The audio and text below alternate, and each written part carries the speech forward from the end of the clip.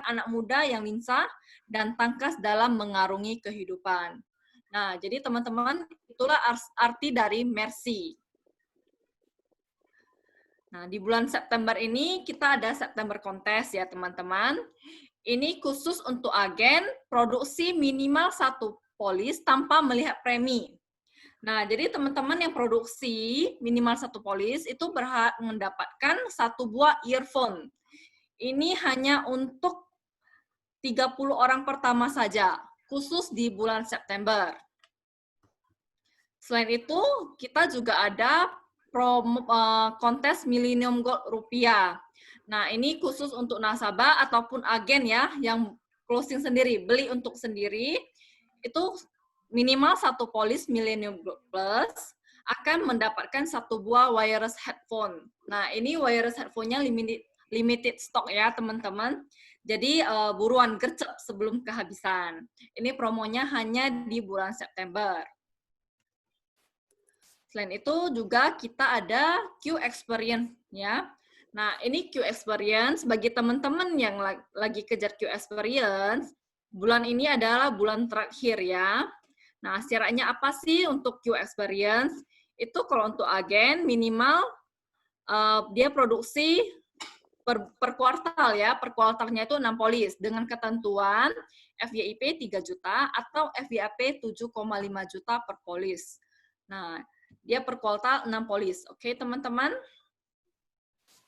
Selain itu juga ada Q Submit.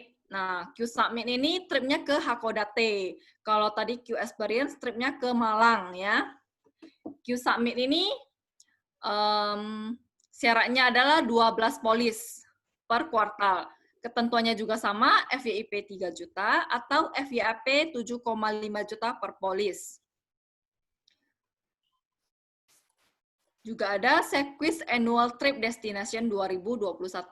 Nah, ini trip kita ini untuk silver member kita ke Korea ya, Korea Odyssey. Itu untuk IC 300 juta. 300 juta. Terus untuk syarat mencapai MDRT juga FYCP 583 jutaan. Juga kita ada single platinum ke Arctic, Finland dan Paris. Double platinum itu 2 tiket ya, double ke Arctic, Finland dan Paris. Berarti dapat 2 tiket double ya. Di bulan ini juga, wah banyak sekali ya kontes kita di bulan ini. Ini ada recruiting kontes ya teman-teman. Periode juga untuk bulan September. Ini syaratnya kita cukup mengundang 2 calon agen ya di acara Mercy Talk kita setiap hari Rabu, dan 2 calon agen tersebut kita lakukan registrasi untuk ujian AAJI. Juga peserta perekrutnya itu wajib produksi minimal 1 polis tanpa melihat premi. Nah, itu dapat hadiah langsung ya, tas ransel. Ada rookie kontes. Ini untuk agen baru ya, agen baru yang bergabung di bulan September. Produksi total FYAP 7,5 juta atau FYIP 3 juta. Langsung dapetin hadiahnya tas ransel. Ini tas ranselnya Airwalk ya, Airwalk. Ini bagus banget ini. Selain itu juga ada kontes top polis. Ketentuannya untuk semua produk minimal MPP 3 tahun, semua produk ya. Pemenangnya minimal 8 polis. Bila jumlah polis sama, maka pemenang adalah dengan FYAP paling besar. Nah, hadiahnya itu adalah koper ya, koper 24 inci untuk 3 agen tertinggi. Dan ada tas olahraga juga. Kontes top FYAP. Ini berlaku untuk semua produk minimal MPP 3 tahun. Pemenang minimal 2 polis dan FYAP itu minimalnya 50 juta. Bila FYAP-nya sama, maka pemenang dilihat dari jumlah polis yang lebih banyak. Ini hadiahnya juga koper ya, koper hardcase 28 inci dan tas ransel.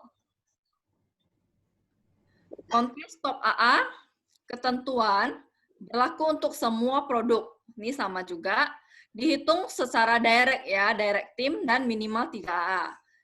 Bila jumlah AA sama, maka dilihat dari jumlah polis. Hadiahnya adalah hardcase, koper, dispenser, dan tas ransel. Nah, di bulan September ini ada crediting point-nya untuk ada crediting point sebesar 135%. Ini khusus untuk produk unit linknya selain value protector dan dengan minimal 1 health rider IMC booster, minimal MPP 10 tahun. Jadi dapat crediting 135% untuk kejar trip privilege. Di bulan ini juga ada promo non-med. Non-med ini tidak berlaku untuk produk retirement. Untuk privilege, usia di bawah 1 tahun itu boleh ambil UP 1,5 M, usia 1 sampai 17 tahun 3,5 M, usia 18 sampai 50 6,5 miliar, usia 51 sampai 70 dia boleh ambil UP batasnya 800 juta. Ini promo non-med, jadi tidak perlu medical check-up. Kalau untuk non-privilege di bawah 1 tahun usianya boleh ambil 1,5 M, usia 1 sampai 17 2,5 M, usia 18 sampai 50 3,5 M, usia 51 sampai 60 800 juta, usia 61 sampai 70 500 juta. Jadi nah, teman-teman kalau mau jual lebih banyak UP-nya ke nasabah, itu kita cepat gercep kita capai privilege. Jadi bisa jual lebih dari yang lain. Nah, oke, kita sampai pada acara hari ini. Nah, kita kehadiran ya testimoni kita yaitu CVTO. Halo CVTO. Hai Jess, halo para sahabat Mercy. Semangat pagi. Semangat. Ya Jess. Oke, nah Ci. Nah, ini Cici, boleh nggak sharing sedikit, Ci? Nah, latar belakang Cici itu apa sih sebelum join di Sequis? Nah, biar teman-teman semua itu pada tahu. Oke, thank you Jessica. Nah, perkenalkan saya Viti ya, dari Mercy 78. Nah, saya itu dulu join itu, saya latar belakang itu adalah seorang tenaga accounting, staff accounting dulu ya, di satu perusahaan besar, Jess. Itu saya kerja itu sudah hampir 12 tahun saya di sana, genap 12 tahun, Jess. Jadi saya latar belakang adalah seorang staff accounting. Itu awal saya. Wah, Cici kerja 12 tahun jadi staff accounting. Terus gimana sih, Ci? Kok bisa kecantol di Sequis dan sampai sekarang kok bisa full time ya? Padahal kan kalau staff accounting itu kan seharusnya sih pekerjaan yang sudah sangat-sangat lumayan nyaman ya. Coba Cici sharing dong, Ci. Kita pengen dengar nih, Ci. Nah, saya sedikit itu awalnya itu saya memang kita bayangkan accounting ya, dari accounting ke marketing ya Jessica ya. Itu sebenarnya bang ya, beda jauh ya. Accounting kan di kantoran ya. Banyak orang bertanya saya, kamu soal accounting yang duduk di kantor dari jam 8 sampai jam 5 sore, gimana banting setirnya sampai ke dunia marketing? Itu semua ada prosesnya. Jadi awalnya tuh bermula dari satu alasan saya, impian saya mau membahagiakan orang tua saya. Jadi dari situ Jessica saya itu gaji saya itu habis untuk beli mobil karena saya ingin orang tua saya itu punya di masa mereka tua itu punya kebahagiaan. Jadi saya pengen beli mobil bawa orang tua saya itu jalan-jalan kemana-mana lebih gampang. Nah dari situ tuh uang saya tuh gaji saya itu udah habis bayar cicilan mobil, Jess. Waktu itu saya ambil mobil tidak tanggung-tanggung, yang lagi viral waktu itu adalah mobil Avanza. Jadi saya beli kongsi dengan adik saya waktu itu. Jadi gaji saya udah habis, mau tak mau saya ini udah kejepit, saya tuh orang udah kejepit aja. Ini opak jalan kan? Jadi saya kepikir, gimana mau cari tambahan? Karena saya kerja di perusahaan besar, otomatis itu banyak sekali seperti undangan pernikahan, berbagai dana-dana itu sangat penting buat saya sediain, karena kita mau bersosialisasi dengan orang lagi. Ya kan? Jadi waktu itu saya mulai mengambil satu keputusan, keingat adik saya itu ada jualan pulsa, jualan handphone, jadi satu-satu jalan, saya coba jualan kecil-kecilan, mulai dari jualan pulsa, karena saya selalu isi pulsa dari adik saya.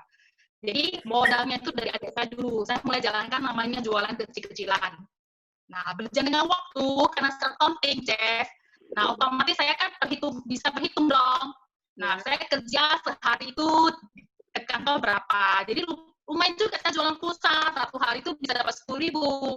Karena isi 10 orang. Itu kantor saya kan banyak di kantor kita ya kan. Terus kadang dari papa saya isikan semua. Jadi itu waktunya sangat fleksibel, sampai kerja bisa sambil isi. Jadi berjalan dengan waktu itu otomatis jiwa entrepreneur saya itu keluar, diasah. Jadi saya itu mulailah apapun yang saya bisa jualan, dapat tambahan, saya pikir kalau dapat tambah segini dari pusat, kalau saya jualan lagi bisa dapat ini, dapat itu lagi ya. Jadi uang bisa bertambah. Jadi otomatis saya bisa tetap menjalani sosialisasi dengan orang, kebutuhan pribadi saya bisa terlunasi semua, terbayarkan. Nah, berjalan terus lama-lama saya itu mulai mengerti dunia marketing sampai di tahun 2015 ya. Nah, kebetulan saya juga ada sendiri juga dari dulu juga sudah punya proteksi asuransi. Di Stekis saya juga ada. Jadi waktu itu lain. Jadi di situ tuh agennya itu teman kantor saya, dia itu sakit-sakitan dan terakhir dia meninggal. Nah, dari situ saya tuh bingung gimana saya mau mengecek polis asuransi saya sendiri. Saya yang sama sekali nggak paham mengenai asuransi. Nah, baru waktu itu diajaklah sahabat saya untuk join di asuransi. Dan pada momentum itu juga di kantor kita buat peraturan tidak boleh menjual, larangan menjual. Kita akan dikenakan sanksi berupa dipecat, salah satunya ya, surat di SP dan dipecat kalau kita ketahuan menjual. Nah, karena saya nggak bisa bawa barang lagi. Nah, jadi kalau pakai kertas, asuransi kan semua pakai kertas. Jadi sama dong seperti saya kerja di kantor, semua pakai kertas. Jadi saya tidak perlu bawa barang begitu banyak, nampak ya kan? Kalau kertas kan nggak nampak, sama-sama kertas. Nah, jadi itu saya 2015 itulah awal mula saya itu mengambil jalur di asuransi, marketing asuransi sebagai agent. Itu awal mulanya saya. Nah, kemudian waktu saya berjalan dengan waktu, saya kan part-timer. Jadi saya itu, kebetulan saya join di Mercy ya, jadi di Mercy itu menjalankan sistem. Jadi salah satunya kita tiap minggu itu kita ada training ya. Nah, kalau hari Selasa itu saya ingat hari Rabu, saya ingat saya itu juga acara bos. Hari Sabtu siang kita training. Jadi itu selalu saya lakukan, ikuti, nggak pernah saya tinggalin. Karena saya itu pengen menggapai impian saya berikutnya. Saya itu mulai jenuh dengan pekerjaan utama saya.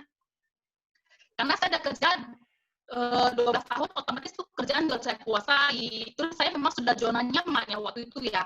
Karena kita di kantor juga dapat fasilitas, antar jemput, makan, segala macam, bonus, tambahan juga ada.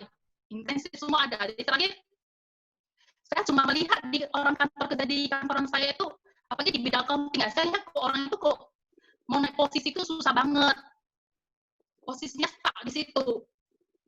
Terus kita itu kalau kenaikan gaji juga sudah ada presentasi, ada persen-persennya berapa, tahun sekian ada berapa, tahun sekian ada berapa. Jadi saya tuh bisa memprediksi kalau saya kerja 1 tahun, 2 tahun kemudian gaji saya berapa kalau dengan tidak ada kenaikan posisi.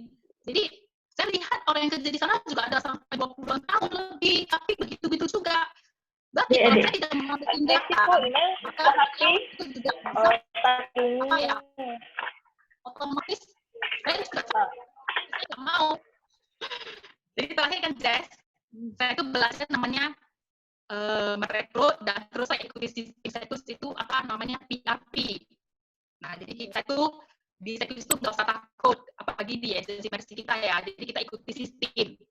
Jadi kita PRP itu bagaimana kita melakukan bisnis di Sekus itu itu benar-benar bukan jalan sendiri. Kita dipandu oleh leader kita, terus kita juga ada sistem. Kalau kita ikuti, maka kita pasti berhasil karena sudah terbukti hasilnya. Nah, jadi saya ikuti sistem. Salah satunya tuh PRP ya. Jadi di situ itu saya itu sudah belajar. Kemudian 2 tahun kemudian saya memutuskan full time Jess. Wah, langsung ya, Ci. Karena saya sudah punya tim. Ya. Iya. Kalau saya masih kerja, saya tidak bisa. Saya cuma jalan di tempat, nggak berkembang. Karena waktu saya 8 jam sudah habis di kantor. Itu Jess. Why full time? Karena saya sudah punya tim, saya cuma berpikir kalau saya jalan sendiri, itu lambat. Terus kalau saya jalan bersama, itu lebih cepat impian itu tercapai. Nah, jadi saya tuh merekrut dan ikuti sistem yang di Sekus itu, yaitu salah satunya PRP, IID, GID, kita belajar role play, segala macam, itu Jess. Ya, berarti ada kesan apa, Ci, setelah Cici join dan full time di Sequis ini? Nah, karena saya ada full time, saya ikut sistem. Jadi saya mulai menduplikasikan. Jadi saya dulu sebagai agent bagaimana, jadi saya duplikasikan lagi, saya kembangkan lagi, modifikasi lagi. Nah, jadi di itu saya mulai mencari agent-agent yang berkomitmen. Yuk kita sama-sama yuk bersedia nggak di PRP. Supaya kita juga mau orang kita rekrut yang di bawah kita itu juga berkembang bersama kita.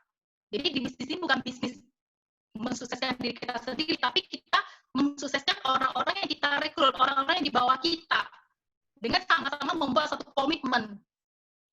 Nah, jadi kita buat komitmen bersama, saya lakukan PRP ya dengan agent-agent, jadi dengan leader, saya lakukan PRP itu, mulai saya membantu mereka, dengan apa, mereka membuat bank nama, saya bantu mereka pilih, review, bagaimana hingga mereka menjalankan siklus penjualan itu berjalan dengan terarah sehingga berbuah hasil. Begitu ada closingan berbuah hasil, otomatis agent kita punya penghasilan.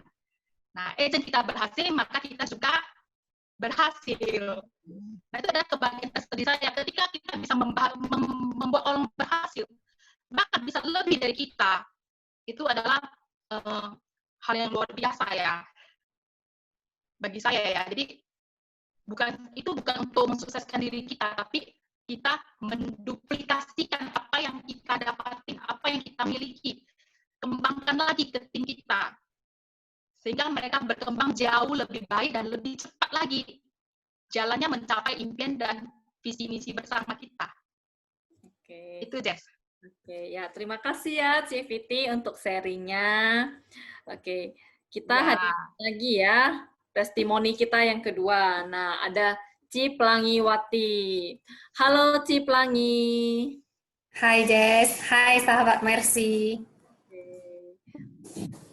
Nah, Ci, sharing sedikit juga dong. Gimana sih kok Cici bisa join di Sequis? Nah, itu latar belakang Cici itu kan hanya seorang karyawan ya. Nah, Cici sharing dong gimana kok bisa join di Sequis. Oke Jess, terima kasih ya waktunya untuk memberikan Pelangi sharing sedikit tentang bagaimana Pelangi bisa join di Sequis. Nah, Pelangi sebagai seorang ibu rumah tangga dan Pelangi juga bekerja di kantor. Itu Pelangi kerjanya full time ya, dari jam 8 sampai jam 5 sore. Nah, di sini saya awal join di Sequis itu di tahun 2017, Jess. 2017 ya, Ci ya. Berarti mau 3 tahun ya, 3 tahun. Iya, benar Jess. Setelah saya join di 2017, itu awalnya saya juga tidak berminat di bidang asuransi. Tapi karena dari CVT sendiri datang ke rumah, ada mengajak kakak saya ya rekrut sebagai agent. Jadi CVT juga ada sharing benefitnya untuk trip jalan-jalan ke Malaysia kemarin ya. Jadi di sana saya sempat terdengar dari saya, CVT ada sharing gitu, saya juga ikut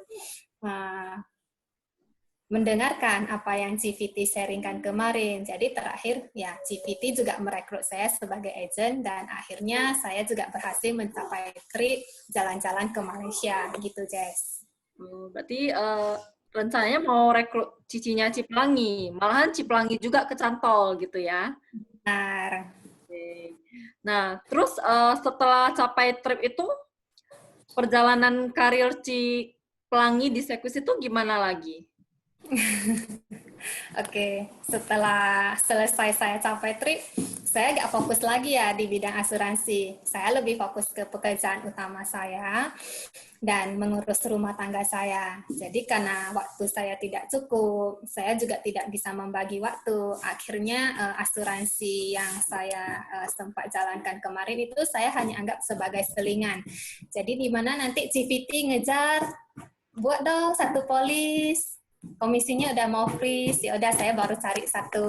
Nanti lama-lama entah 2 bulan 3 bulan kemudian nanti CVT bilang ada loh ini promo-promonya gini, coba aja, murah aja. Nah, nanti ada satu, gitu aja sih, tidak terlalu eksis atau tidak mengejar yang namanya kontes segala macam, itu sama sekali enggak. Tapi di satu sisi di mana dari grup ataupun dari CVT tetap ada info-info, itu CVT tetap selalu komunikasi dengan saya dan tetap ada menjalin hubungan baik dengan CVT gitu, Jess.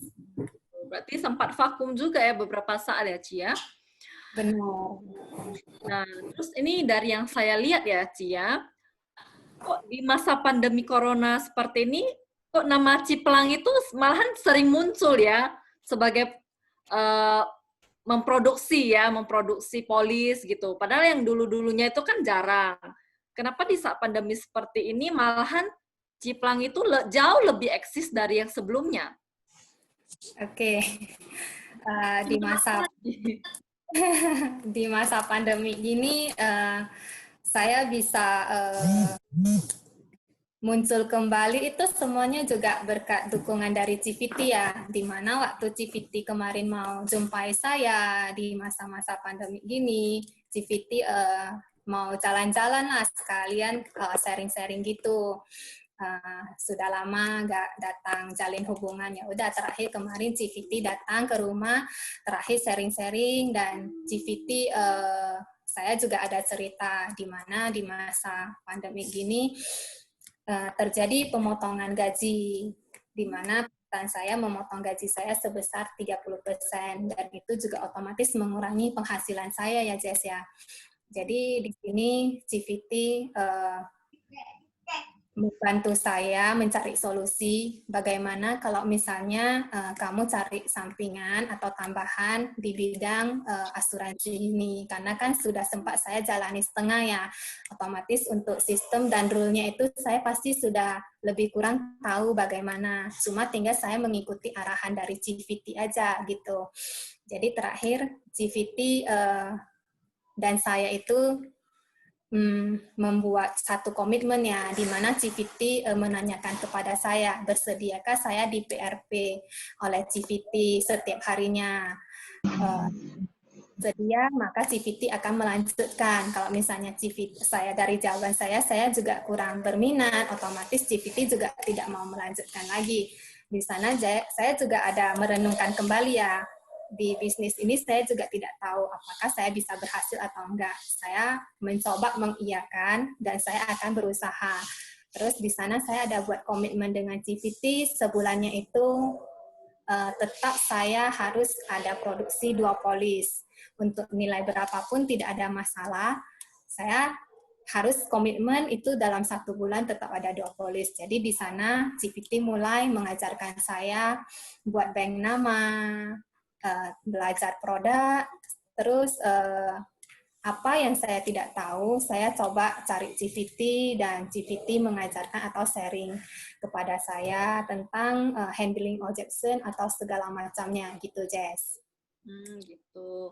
Jadi semua berawal dari PRP lagi ya, Ci, sama leader ya? Benar.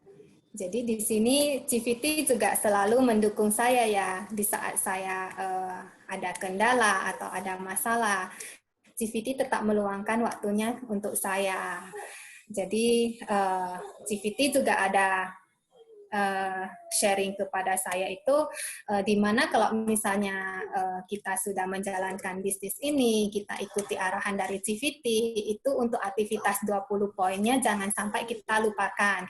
Jadi itu selama 21 hari, itu CVT tetap mengingatkan saya untuk menulis siapa-siapa yang sudah saya ajak chatting, ajak ketemu, itu tetap saya tuliskan dan tetap saya lapor ke leader. Jadi dari sana itu membentuk habit saya sendiri ya. Jadi setiap hari saya wajib lapor dan wajib saya cari orang untuk sharing sehingga saya juga bisa menemukan mana nasabah-nasabah saya yang bisa saya ajak, dan itu sampai sekarang saya lakukan juga, dan terbukti saya begitu mendengarkan arahan dari GVT dan komitmen konsistensi dari diri saya, itu setiap bulannya saya berhasil untuk closing minimal ada 2 polis dalam sebulan gitu, Jess. Ya. Wah, bagus sekali ya, Ci. Berawal dari PRP gitu ya kan, terus jalankan aktivitas sesuai dengan sistem ya. Akhirnya Iya, berhasil ya, Ci ya. Yang tadi betul. potong gaji, malahan ketiban rezeki ya di sirkuit ya, Ci ya. Iya, benar, Jess. Saya juga berterima kasih ya kepada CVT yang selalu meluangkan waktunya untuk saya. Dan gaji yang sudah kena potong itu 30%, itu malahan sudah bisa menutupi yang dipotong itu malahan lebih banyak yang saya terima dari pemotongan gaji saya. Jadi yang sudah dipotong saya juga tidak permasalahkan lagi. Yang saya dapatkan itu sudah lebih banyak gitu, Jess. Oke, Ci. Terima kasih, Ci Pelangi, untuk sharingnya hari ini ya, Ci. Okay, thank you, Jess. Nah, jadi teman-teman, kita itu beruntung sekali ya sudah join di Mercy, karena kita semuanya di sini menjalankan sistem. Ya, kita ada PRP, kita ada IID, GID, ya kan? Kita jalankan sistem, ikutin arahan gitu. Jadi seperti yang dikatakan Ciprangi tadi, awalnya dia sempat sedih ya kan, karena masa pandemi kayak gini, gajinya dipotong. Tapi sekarang dia menjalankan lagi sekuis, akhirnya gaji yang dipotong 30% itu malah didapatkan dari sekuis lebih banyak. Nah, itu sharing dari teman-teman kita yang tadi. Nah, selanjutnya kita sampai ke puncak acara kita. Nah, kita akan hadirkan narasumber kita, Ko Edwin Salim, untuk mengisi acara training hari ini. Oke, kita sambut Ko Edwin. Halo, selamat pagi Jessica dan teman-teman semuanya. Suara saya jelas ya? Jelas, sangat jelas kok. Oke. Ya, gimana kabarnya teman-teman? Semangat? Semangat kok, semangat, semangat, semangat. Oke. Semangat. Oke, semangat. Saya izin share screen dulu ya.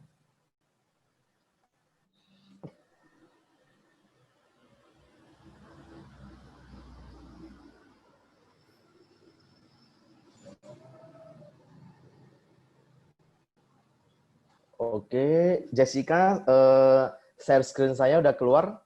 Sudah kok. Udah ya, oke. Thank you ya kepada Jessica, Viti, sama Pelangi, testimoninya luar biasa. Nah, saya mau jelas ini sedikit refreshing ya, refreshing untuk agent lama, dan mungkin ini hal-hal yang pernah dilupakan oleh agent baru. Ya, kenapa? Karena asuransi ini adalah kan produk jasa ya teman-teman ya, bukan produk barang. Jadi setiap produk jasa, setiap penjualan jasa itu harus mengikuti langkah-langkah penjualan teman-teman. Jadi tidak ada yang kita langsung ketemui, langsung presentasi produk, lalu presentasi produk langsung closing. Tidak ya teman-teman ya. Makanya tadi saya dengar, jadi di kita ini ada 7 langkah penjualan ya teman-teman ya.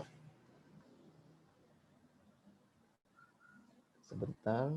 Oke, ya, ada 7 langkah penjualan, yaitu yang pertama prospecting, approaching, fact finding, design solution, presenting the solution, handling objection, and closing the sellers, dan setelah itu after sales service ya.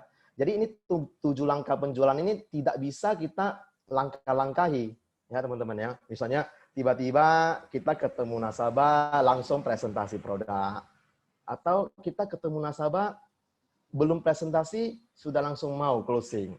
Jadi itu sangat kecil kemungkinannya. Jadi setiap sales yang luar biasa di bidang jasa itu harus mengikuti 7 langkah penjualan ini. Oke, kita bahas satu persatu ya. Kebetulan slide saya ini banyak ya. Oke, yang pertama itu adalah prospecting ya. Prospecting prospecting itu apa? Ya, prospecting itu bukan waktu kita ketemu nasabah langsung presentasi. Jadi prospecting ini adalah pengumpulan nama-nama calon nasabah, teman-teman. Jadi kita ada bagi dalam 2 bagian, yaitu yang pertama itu yang kita namakan adalah captive market. Ya, captive market itu pasar alami, teman-teman. Jadi kita bagi lagi dalam LOOKS, LOOKS, yaitu lingkungan, orang dekat, organisasi, keluarga, dan sahabat. Ya, jadi kalau yang non captive market ya seperti tetangga, karyawan, ya. Kalau orang yang masih kerja, ya ada rekan kerja, pedagang, profesional, ibu rumah tangga. Oke, nah. Jadi tadi saya sempat dengar Pelangi, ya, Pelangi dia disuruh oleh leadernya Viti menuliskan ini ya 100 nama ya teman-teman ya. Jadi kita ada project 100 ya ini ya. Project 100 itu nanti agent-agent kalau yang belum ada boleh nanti minta ke leader atau nanti ada konsep-konsep baru yang dibuatkan oleh para leader ya untuk digunakan untuk agent. Jadi itu cara pengisiannya kita ada. Jadi teman-teman ini isi aja 100 nama ya. Jangan memikirkan bahwasannya satu ini A misalnya ya. Nomor 1 ini Andi. Ah, dia nggak ada duit ini, nggak bisa masuk. Terus Budi. Ah, Budi ini ya kerja, sudah punya asuransi dari kantor. Nggak mungkin dicoret. Kemudian C, Charlie.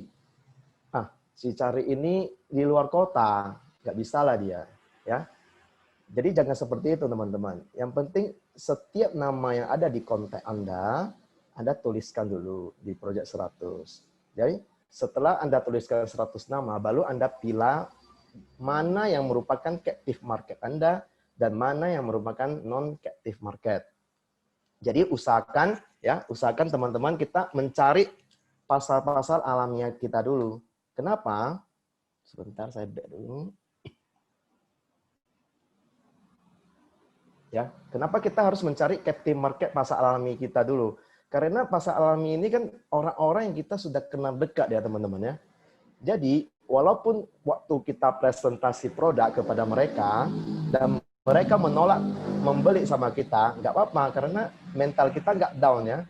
Karena mereka bersifat bisa memberikan solusi kepada Anda bahwasanya oh Anda salah presentasi begini atau saya nggak butuh yang begini. Nah, tapi kalau Anda tiba-tiba langsung masuk ke non-captive market Anda ditolak satu kali, ya bisa jadi pasti down ya. Maksudnya asuransi ini nggak bisa dijual, asuransi ini susah. Ya, kenapa? Makanya Pelangi bisa bangkit dari ini ya. Karena dia buat 100 nama. Jadi sehingga Pelangi saya lihat tiap bulan ada nama dia aja ya, betul ya kata Jessica tadi ya. Wah, tiap bulan nama dia nongol, dan nongol. Setelah sudah ini ya, sudah istilahnya mati suri. Oke. Jadi kita ada di samping ini, kita ada piramida ya. Dari 20 kontak telepon, itu hanya 10 yang bisa menjanjikan ketemu. Dan dari 10 yang janji bertemu, hanya 3 yang kita bisa mencoba closing, dan hanya 1 yang closing, teman-teman. Jadi saya banyak mendengar agent-agent baru, bahwasanya baru janji ketemu 1, presentasi 1, dan tidak closing. Tapi mereka sudah mengatakan bahwasanya asuransi ini susah. Padahal kita udah survei, jadi dari 20 kontak telepon, hanya 10 yang janji bertemu. Ya, jadi dari 20 kontak telepon, hanya closing 1, teman-teman. Jadi kalau Anda mau closing 10, ya Anda harus 200 kontak telepon. Oke. Jadi rasio penjualan meningkat seiring dengan bertumbuh penjualannya, teman-teman ya. Oke, host boleh bantu ini, tolong yang lagi ini. Oke, thank you ya. Jadi setelah Anda menuliskan 100 nama, baru kita masuk ke langkah kedua, teman-teman. Yang namanya approaching. Ya, approaching ini apa? Approaching itu adalah pendekatan ya, proses yang dilakukan untuk mendapatkan janji bertemu dengan prospek. Ya. Jadi metode yang disarankan yaitu benar, langsung, atau referensi atau tatap muka. Itu lebih efektif. Tapi kita sadari bahwasanya di kondisi pandemi corona ini, kebanyakan kita semua udah pakai WA call, Zoom meeting, ya, Google Classroom, atau segala macam. Ya, itu tidak masalah juga. Yang penting kita bisa ibaratnya face to face kepada nasabah. Jadi kita bisa mengetahui apakah si nasabah ini benar-benar mengerti tentang kita atau tidak. Ya. Nah, saya ada kasih 5 tips untuk mendapatkan janji ketemu. Ya. Terus, nah, persiapan tips pertama adalah persiapan telepon. Oke. Jadi waktu telepon itu usahakan telepon di ruangan tidak berisik ya teman-teman ya. Atau cari sinyal yang kuat. Biasanya kalau orang telepon kan biasanya halo, sinyalnya kurang bagus, tiba-tiba terputus. Itu sangat mengganggu waktu kita mau menelepon ya teman-teman ya. Oke, habis itu siapkan alat tulis untuk mencatat hal-hal yang penting ya, seperti alamat, jam, dan tempat di mana harus ketemu. Oke, dan biasanya sekarang zaman sudah teknologi ya, kita udah pakai handphone, catat di ini ya, catat di notes. Ya, saya kasih teman-teman lihat ya. Teman-teman bisa menggunakan ini. Nah, bisa menggunakan ini kira-kira ya. Jadi catat kegiatan Anda apa, segala macam. Nampak ya, teman-teman ya? Nah, kira-kira gitu ya. Oke. Terus, nah, waktu telepon itu usahakan dengan posisi duduk yang baik ya, teman-teman ya. Jangan telepon sambil berdiri, karena seperti waktu kalau berdiri kan kita ibaratnya atau sambil jalan kita ibaratnya ngos-ngosan ya waktu ngomong ya. Jadi itu mempengaruhi. Jadi hindari telepon sambil merokok juga ya untuk teman-teman yang merokok. Bagusan merokok dulu, baru selesai itu baru telepon. Oke, nah waktu telepon memang kita tidak bertemu dengan nasabah, tapi waktu kita ngobrol atau ngomong dengan kondisi waktu kita senyum itu sangat membuat suasana hati kita senang loh teman-teman. Jadi ibaratnya penyampaian kita sewaktu kita ngomong ke nasabah dalam hati yang gembira, senyum, itu bisa memberikan efek yang positif kepada lawan bicara kita. Ya. Jangan sampai misalnya tiba-tiba kita lagi ada masalah rumah tangga ya, ada masalah stres kerjaan, tiba-tiba kita telepon, itu akan memberikan hal-hal yang negatif kepada lawan bicara kita. Jadi kita harus memikirkan hal-hal yang positif ya teman-teman ya.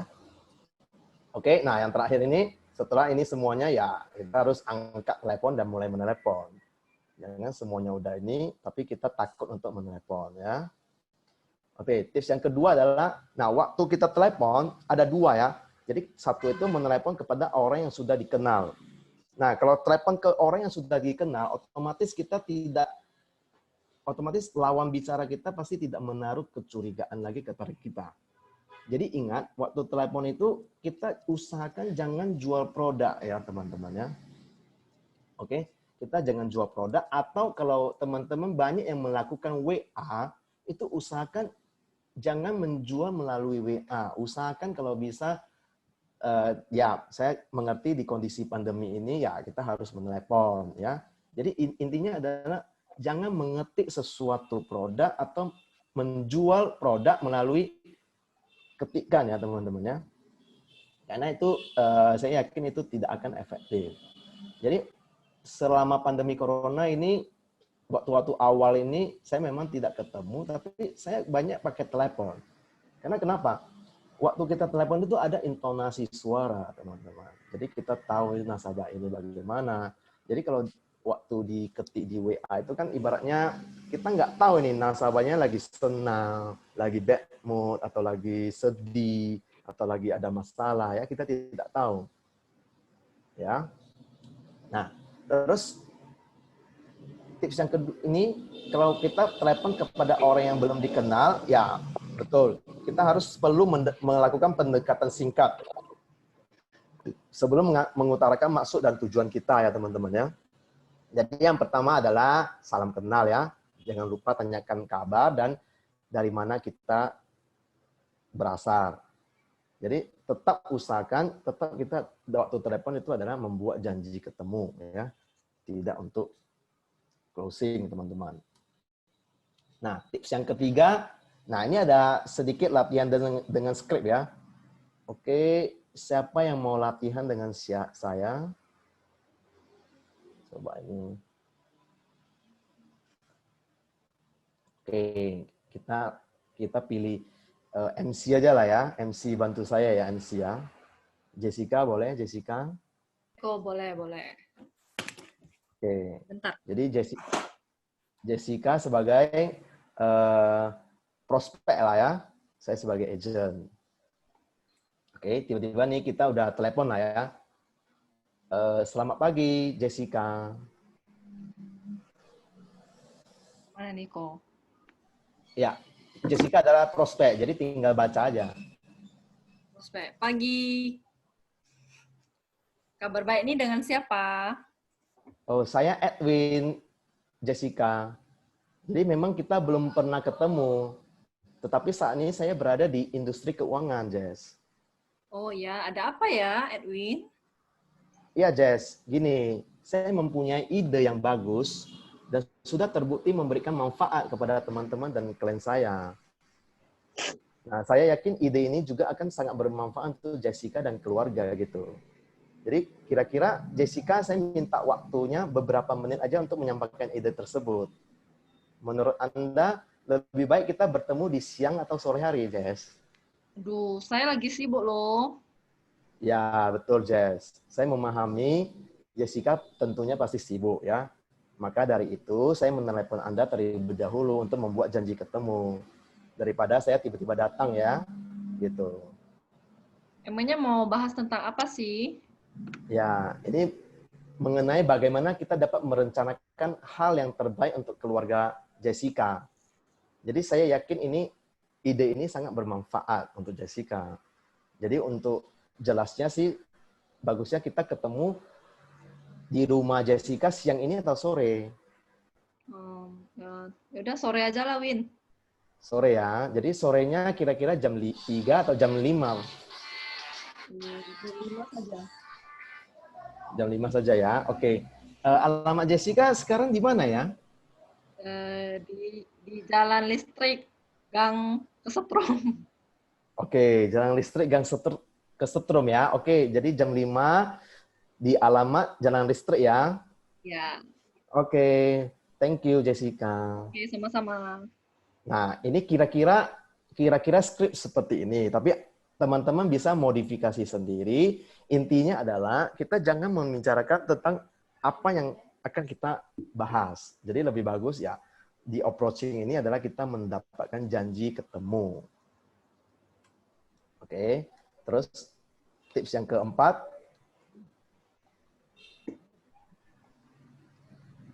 nah tips yang keempat ini pasti ada handling objection ya, ya seperti yang tadi. Oke, ini teman-teman boleh di capture ya untuk yang ini mau. Jadi misalnya tentang apa ini, jadi kita jawabnya ini adalah program pelindungan atau ada produk baru ya, atau program perlindungan yang belum ada di pasaran saat ini. Nah, kira-kira begitu ya.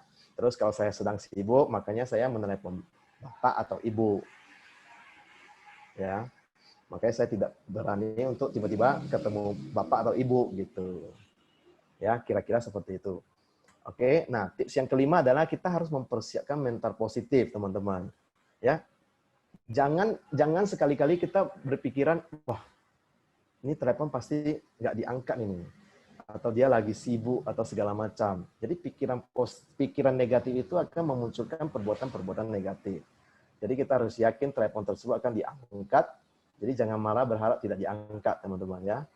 Terus yang kedua adalah, nah misalnya kalau tidak diangkat, jadi kita berpikir aja, wah, bahwasanya nasabah ini sedang sibuk ini.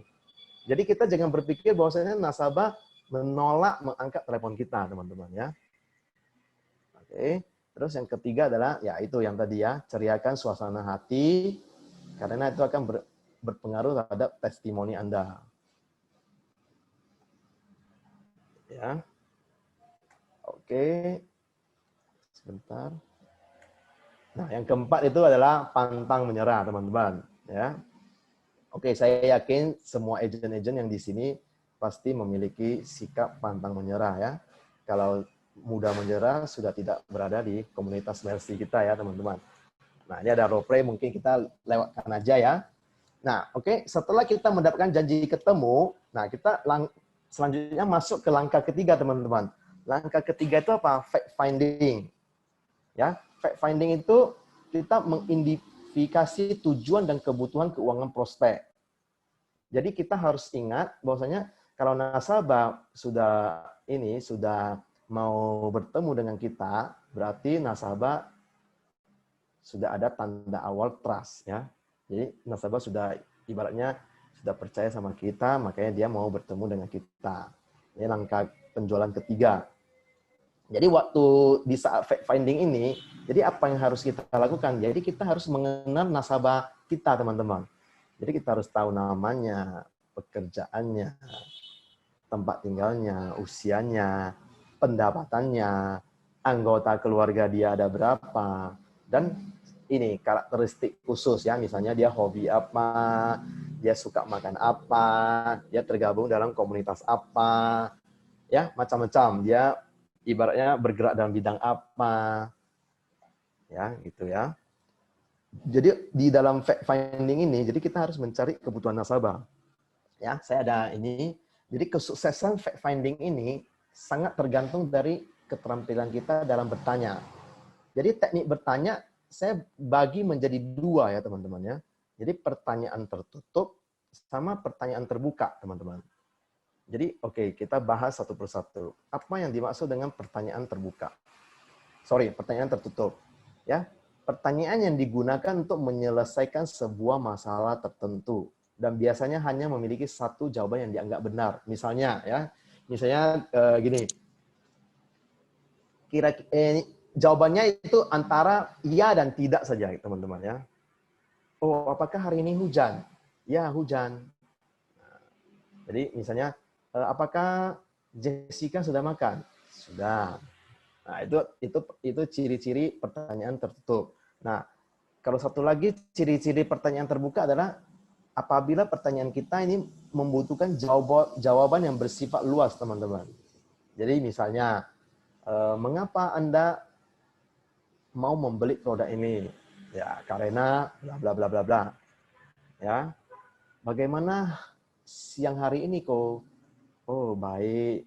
Ini ya. Itu pertanyaan terbuka. Jadi, usahakan ke dalam fact finding ini kita menggunakan open ended question supaya kita bisa mengetahui banyak hal yang bisa kita ketahui dari nasabah ya, teman-teman ya. Nah, ini ada contoh pertanyaan tertutup ya pada saat fact finding misalnya ya.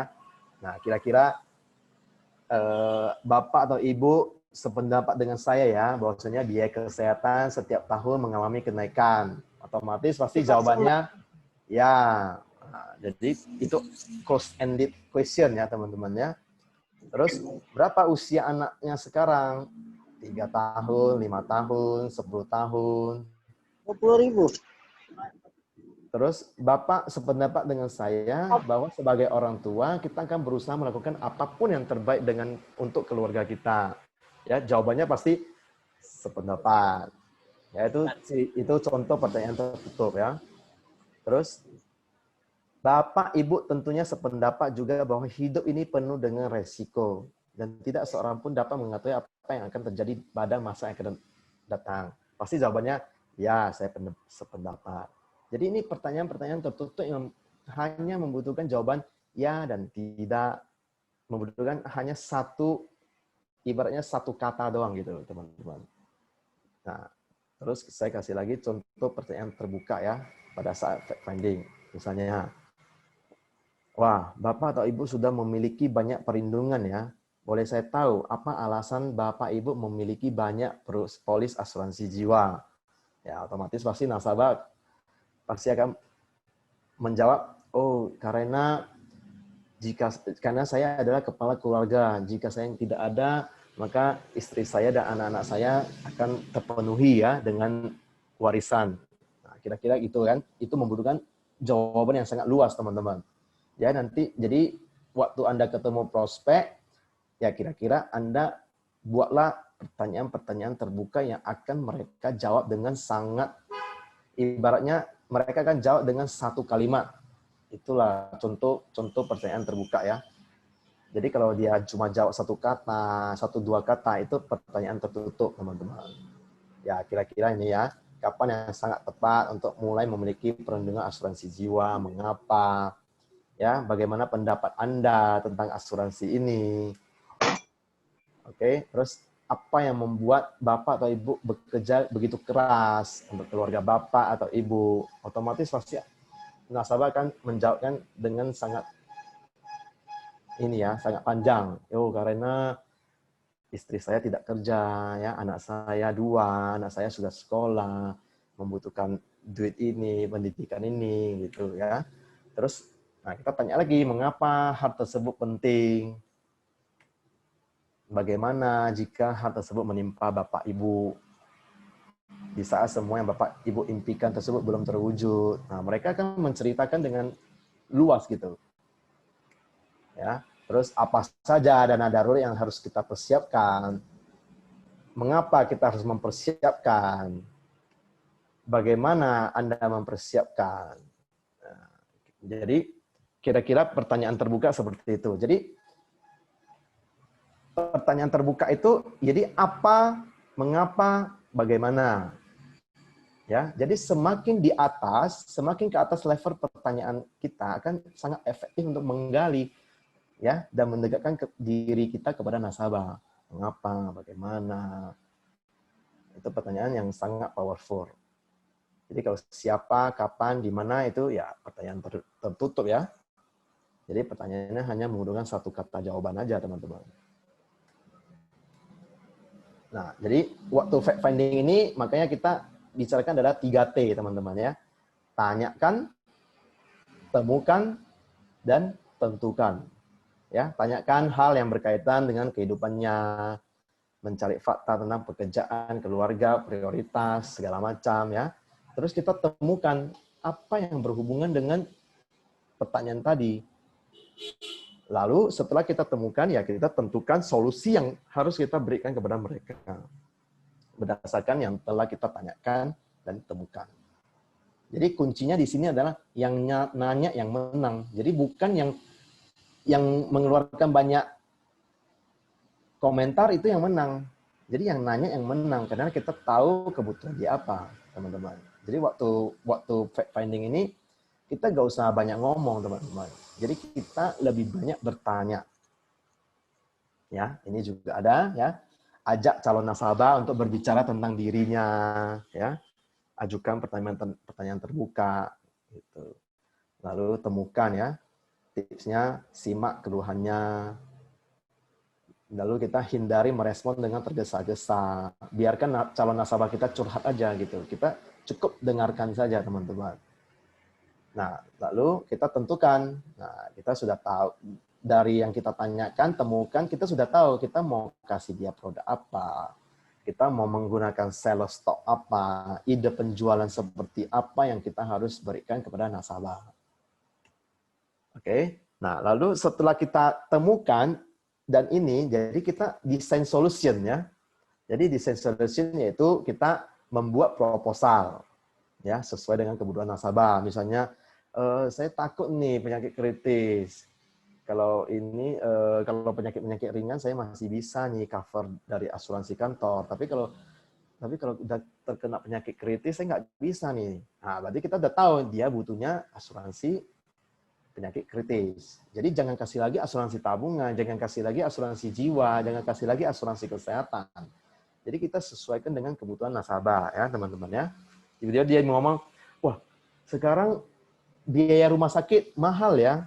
Saya lihat yang kena COVID rata-rata semua 1,5 miliar, 500 juta semua baru keluar." Nah, berarti kita udah tahu dia takutnya di biaya rumah sakit. Jadi otomatis kita buatkan yang IMC ya, yang one bed. Ya, misalnya dia takut saya nanti tua nggak ada duit, anak-anak hiraukan saya, istri pergi segala macam. Nah, kita harus buatkan apa?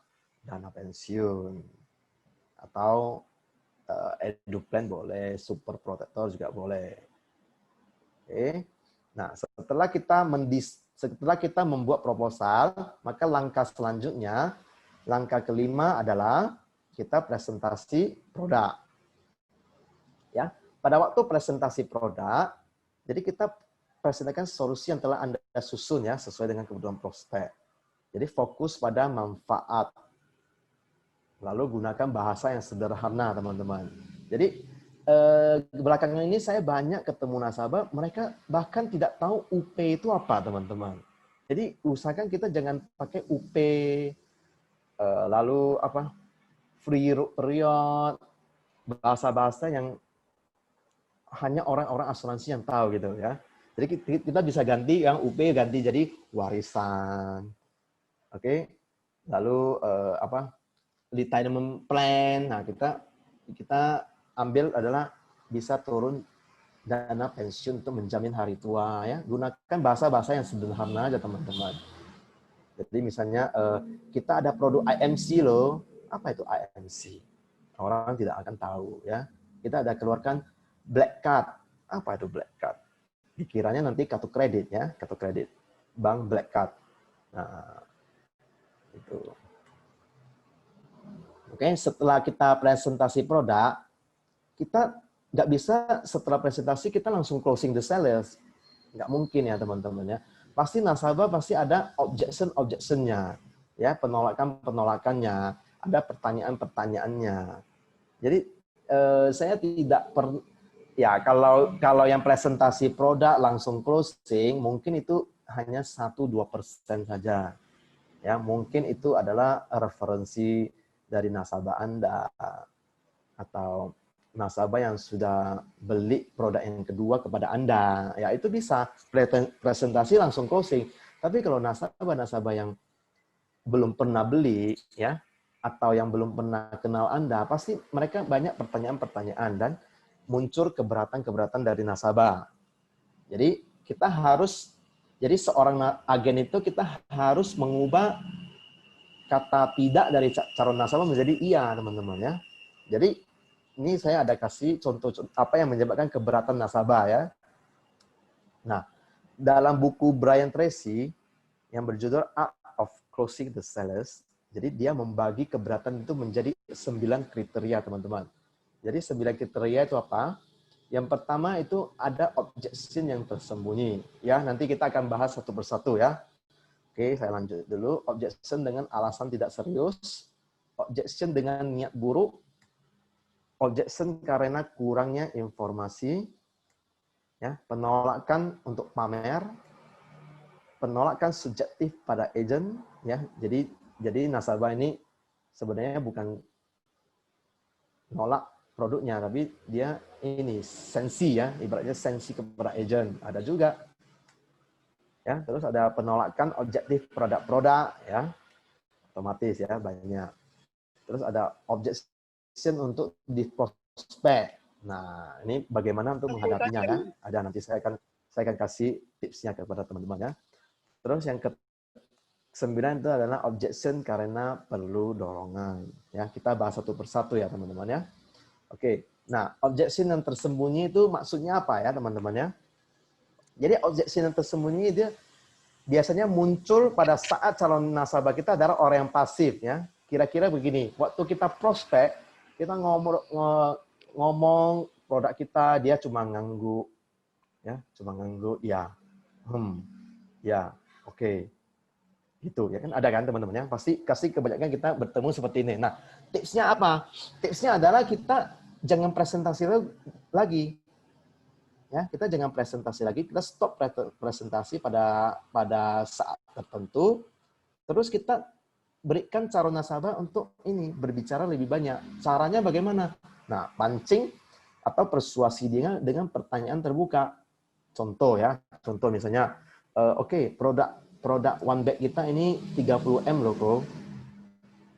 Ya, terus kita untuk dokter kita tidak ada limit. Terus kita ada lagi cover di mana perusahaan lain tidak ada cover biaya eksperimen kanker. Nah, Koko tahu nggak apa itu eksperimen cari kanker? Kira-kira gitu ya. Jadi itu ibaratnya memancing nasabah untuk fokus pada kita. Ya, jadi waktu presentasi jangan berharap cuma one way solusi aja ya. Kita harus membicarakan two way. Ya, jadi kita harus mengajak nasabah ibaratnya ikut dalam pembicaraan kita. Oke, terus ada B lagi ya, yang tips yang kedua ya, condong tubuh kita ke depan, kita aktifkan listening kita. Ya, jadi kita pancing nasabah kita lebih banyak ngobrol. Semakin banyak nasabah ngobrol kepada Anda, jadi semakin besar peluang kita memahami objection mereka, penolakan mereka. Jadi kita bisa berikan solusi dan melakukan closing penjualan. Nah, terus yang kedua adalah objection dengan alasan tidak serius. Ya, kira-kira begitu. Misalnya, oh maaf, saya sudah punya asuransi. Terima kasih, saya belum berminat. Ya, tipsnya bagaimana? Tipsnya ya kita mengangguk, tersenyum, dan menyetujuinya saja. Oh, begitu ya. Bagus. Anda sudah punya asuransi. Ya, tidak apa-apa. Kebanyakan orang memang punya produk seperti Bapak. Ya. Tapi yang akan saya presentasikan ini, kebanyakan orang yang sudah mengetahui dan merasakan manfaat ini biasanya puas dan merekomendasikan kepada teman-teman mereka. Nah, kalau Anda pakai cara-cara ini, pasti kebanyakan nasabah Anda pasti akan berkata, "Yo, kok begitu ya? Oh ya, seperti apa ini produknya?" Nah, kira-kira begitu ya teman-temannya. Jadi kita harus pancing nasabah ini berinteraksi, kira-kira gitu. Otomatis pasti nasabah pasti bilang, oh seperti apa produknya? Nah, baru kita jelaskan produk yang kita bawa untuk dia. Terus ada lagi objection dengan niat buruk, teman-teman. Nah, biasanya ini dipengaruhi suasana hati ya. Misalnya dia lagi bad mood, lagi masalah rumah tangga, ya, lagi bersikap negatif atau mengkritik, membandingkan secara tidak adil ya. Tips kita adalah ya kita menyadari bahwa kita bukan sasaran yang dimasukkannya dulu terlebih dahulu ya. Kita harus sadar bahwa dia menolak untuk memberi kita bukan karena dia nggak suka dengan kita, dia nggak suka dengan produk. Itu kita harus mengerti tipsnya seperti itu dulu, teman-teman. Oke, yang kedua adalah kita harus menyadari bahwa kita berada di tempat yang salah. Ya, kemungkinan hari ini waktunya nggak cocok, ya udah nggak apa-apa. Kita balik lagi ke esokan harinya atau apa. Jadi kita harus tetap tenang, percaya diri, positif dan sopan. Ya, jadi kalau misalnya nasabah lagi bad mood atau kita lagi bad mood, mungkin kita lagi males ngobrol sama orang ya. Jadi kita harus bersikap kepada seperti diri kita sendiri. Kira-kira kalau kita lagi bad mood, lagi bete, ya, lagi ngantuk atau apa kan kita pasti pingin waktu kita sendiri, teman-teman. Ya, jadi kita harus datang lagi keesokan harinya. Oke, terus penolakan karena kurangnya informasi. Ya, mungkin yang kita jelaskan ini dia kurang ngerti atau bisa jadi nasabah tidak paham terhadap penjelasan pada waktu pertama kali. Ya. Nah, tips kita adalah bahwasanya sadari Anda sudah dekat nih sebenarnya pada closing penjualan. Dia cuma pengen mau tahu lebih detail gitu. Jadi yang Anda harus lakukan adalah jelaskan lagi deskripsi manfaat produknya lagi. Jadi tekankan pada benefit produk kita. Oke, setelah Anda menjelaskan semua, nah Anda boleh katakan lagi, oke, kira-kira ada yang perlu ditanyakan lagi. Nah, kalau dia bilang, oh tidak ada lagi, oke. Jadi kira-kira kita mau buat bayar bulanan, semesteran atau tahunan ya Bu? Lebih enaknya. Jadi kita harus langsung ibaratnya trial closing ya teman-teman ya. Karena dia tidak ada lagi pertanyaan yang harus kita bahas. Dia sudah mengerti semuanya, ya kita harus ibaratnya trial closing, teman-teman. Ya. Terus yang kelima ini penolakan untuk pamer. Ya, biasanya nasabah mengajukan pertanyaan yang kompleks ya. karena dia ingin menguji pengetahuan kita, ya, menguji produk yang kita tawarkan. Tipsnya bagaimana? Ya, kita tanggapi aja dengan kerendahan hati, ya. Kita bilang ke nasabah, wah, thank you, ya. Bapak lebih tahu dari saya. Kira-kira kita ini memuji dia, ya. Ya, tunjukkan kita terkesan ya dengan pengetahuan calon nasabah, ya. Kita puji dia. Jadi biarkan dia berbicara lebih banyak, karena kan ibaratnya dia orang pamer kan ibaratnya dia lebih mencondongkan kemampuan dia, ya, kemampuan dia, keterampilan dia, ya. Biarkan aja dia berbicara lebih banyak. Terus kita cuma tunjukkan sikap menyetujui aja. Oh ya, berarti Bapak hebat ya, sudah mengetahui ini semuanya segala macam. Nah, setelah itu ya kita balik lagi untuk penjelasan ke produk kita lagi. Oke, terus yang keenam kita ada penolakan subjektif pada agent. Ya, sebenarnya calon nasabah itu tidak fokus kepada produk yang kita jual. Jadi dia malah mengomentari subjektif pribadi kita. Wah, misalnya Anda sudah presentasi, Anda sudah menghandle objection dia, ya, dia pasti akan berkata, wah, Anda pandai sekali ngomong, ya. Anda pandai menjual asuransi, ya. Berarti komisi Anda terima pasti besar, ya. Pasti teman-teman banyak yang mengalami seperti ini, ya. Saya banyak mengalami seperti ini. Ya. Jadi kita tipsnya adalah apa? Kita ucapkan ya thank you, terima kasih, ya. Kita terima kasih kepada dia. Terus kita berhenti dan mulai ajukan pertanyaan yang dibutuhkan. Ya. Habis itu kita balik lagi pertanyaan, kira-kira dari yang saya jelaskan produk ini kira-kira sudah setuju nggak gitu. Ada pertanyaan lagi nggak yang mau dibahas? Nah, kalau dia bilang tidak, berarti oke, kita try closing lagi. Kira-kira Bapak atau Ibu kita mau nabungnya bulanan atau tahunan? Nah, gitu. Ya. Terus yang ketujuh, penolakan karena produk. Ya, misalnya saya rasa produk Anda tidak memenuhi yang saya butuhkan atau cukup baik tapi tidak cukup memuaskan. Ya, tipsnya adalah perdalam lagi fact finding kita. Berarti kita ibaratnya kita salah kasih produk. Jadi kita harus banyak-banyak mencari fakta lagi tentang nasabah ini sebenarnya dia butuh apa. Ya. Habis itu kita berikan kesaksian, ya. Saya banyak ketemu di lapangan, banyak yang menjatuhkan kita bahwasanya polis ini 30M ini mana bisa Anda pakai selamanya ini. Mana cukup ini produknya ibaratnya ini hiperbola, ya. Limitnya sampai 30M segala macam. Ya, kita berikan bukti-bukti, ya, berikan kesaksian nasabah-nasabah yang telah klaim, ya. Nasabah seperti yang pernah klaim stroke, ya, di Surabaya itu kena 1M 2016. Nah, kita harus bisa mempersuasi nasabah bahwasanya 2016 itu sudah memakan 1M untuk penyakit stroke. Nah, coba bayangkan 10 tahun kemudian, 20 tahun kemudian, 30 tahun kemudian, itu 1M itu akan menjadi berapa? Ya, gunakan financial calculator.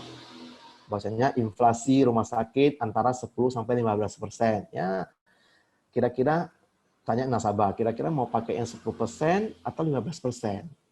Biasanya nasabah akan diam. Jadi kita arahkan aja, ya udah kita yang pakai yang paling kecil aja yang 10%. Ya, hitungkan aja ya, pakai financial calculator ya.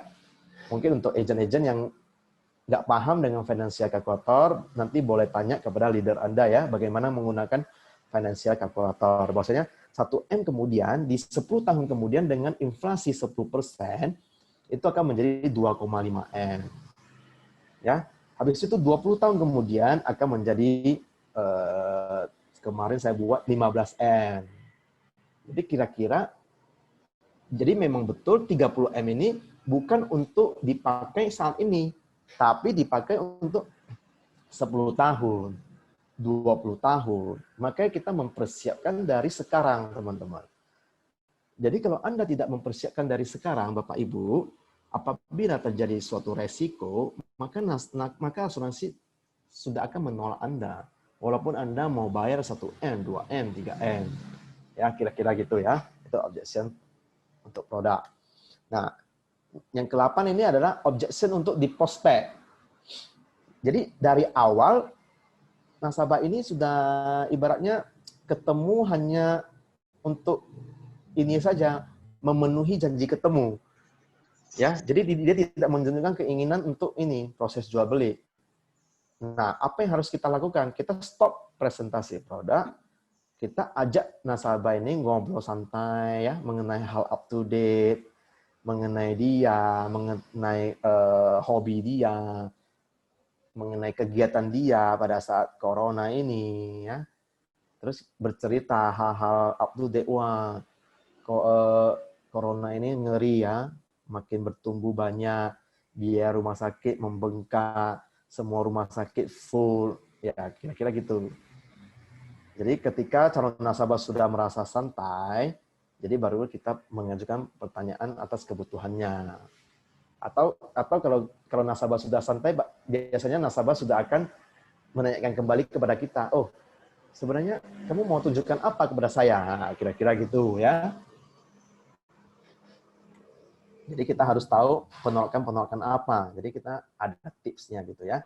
Oke, nah yang terakhir ini objection karena perlu dorongan.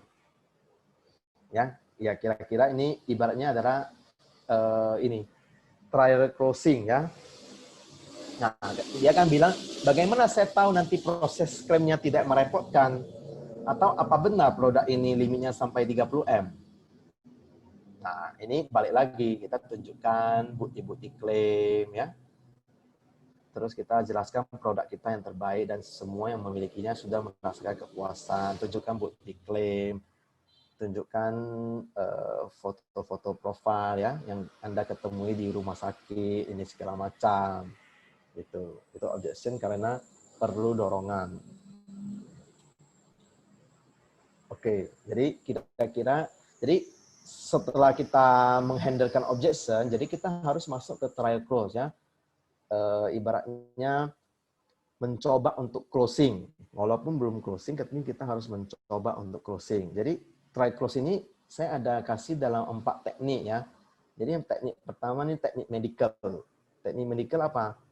Jadi kita harus menyadarkan kepada nasabah bahwa untuk membeli ini itu harus dalam kondisi sehat. Gitu. Jadi kira-kira begini ya. Syarat utama untuk memiliki asuransi jiwa adalah kesehatan. Jadi kira-kira Bapak atau Ibu pernah nggak dirawat di rumah sakit? Oh, dia jawab nggak pernah. Jangan sampai sakit. Baiklah kalau begitu. Berarti Bapak atau Ibu memenuhi syarat untuk memiliki program ini. Nah, jadi kira-kira mau bayar bulanan, tahunan, atau apa? Minta KTP ya untuk syarat administrasi atau langsung kasih dia form SPAJ untuk teken. Ya. Nah, sekarang kan kita sudah pakai iJet. Anda juga bisa pura-pura ini ya meminta data. Kira-kira tinggi berat Bapak berapa? Ya. Terus ahli waris nanti mau kasih ke siapa? Itu teknik medical ya. Oke. Terus yang kedua itu adalah teknik bumerang. Teknik bumerang maksudnya apa? Jadi kita menggunakan kembali pernyataan yang sebelumnya dikatakan oleh calon nasabah. Ya, kita mengambil kata-kata dia untuk balikkan kepada calon nasabah. Jadi contoh misalnya tadi sudah menyadari ya bahwasanya hidup ini penuh dengan resiko kan Bapak Ibu? Iya. Jadi oleh karena itu, jadi saya menyarankan program ini kepada Bapak. Ya, balik lagi. Bapak mau bulanan atau ini tahunan? Ahli waris siapa ya? Terus minta KTP gitu. Oke, terus teknik memberikan pilihan ya. Jadi kita memberikan pilihan kepada calon nasabah untuk memilih satu di antara 2 alternatif. Apapun yang menjadi pilihan nasabah akan mengarah pada closing. Ya. Kira-kira ya seperti ini. Bapak atau Ibu mau store-nya bulanan atau tahunan? Atau misalnya teman-teman memberikan memberikan proposal, misalnya satu proposal tradisional, satu proposal unit link. Nah, kira-kira Bapak atau Ibu lebih prefernya produk ini A atau produk B? Nah, jadi kita memberikan pilihan, jadi mau nggak mau dia harus memilih. Atau kalau nasabah kalau tidak mau memilih, kita juga bisa menggunakan kata-kata seperti ini. Oke, jikalau Bapak sudah mau atau Ibu sudah mau, Bapak lebih sukanya pilih yang A atau pilih yang B.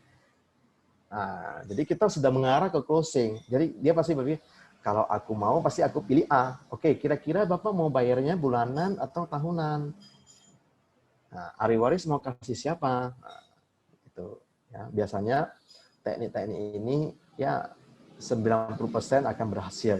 Walaupun nasabah sebenarnya tidak mau membeli. Ya. Oke, terus yang terakhir kita memberikan teknik memberi keuntungan lebih.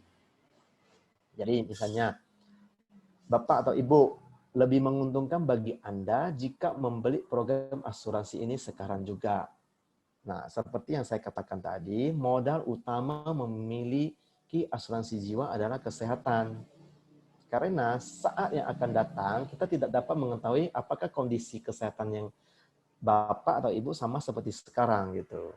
Misalnya kalau Ibu menunda, nanti tiba-tiba sudah sakit, itu Ibu sudah tidak bisa memilih lagi memiliki asuransi ini. Bisa jadi Bapak atau kita memberikan contoh ya, contoh nasabah-nasabah yang sudah ditolak oleh asuransi. Ya, itu trial closing teman-teman ya.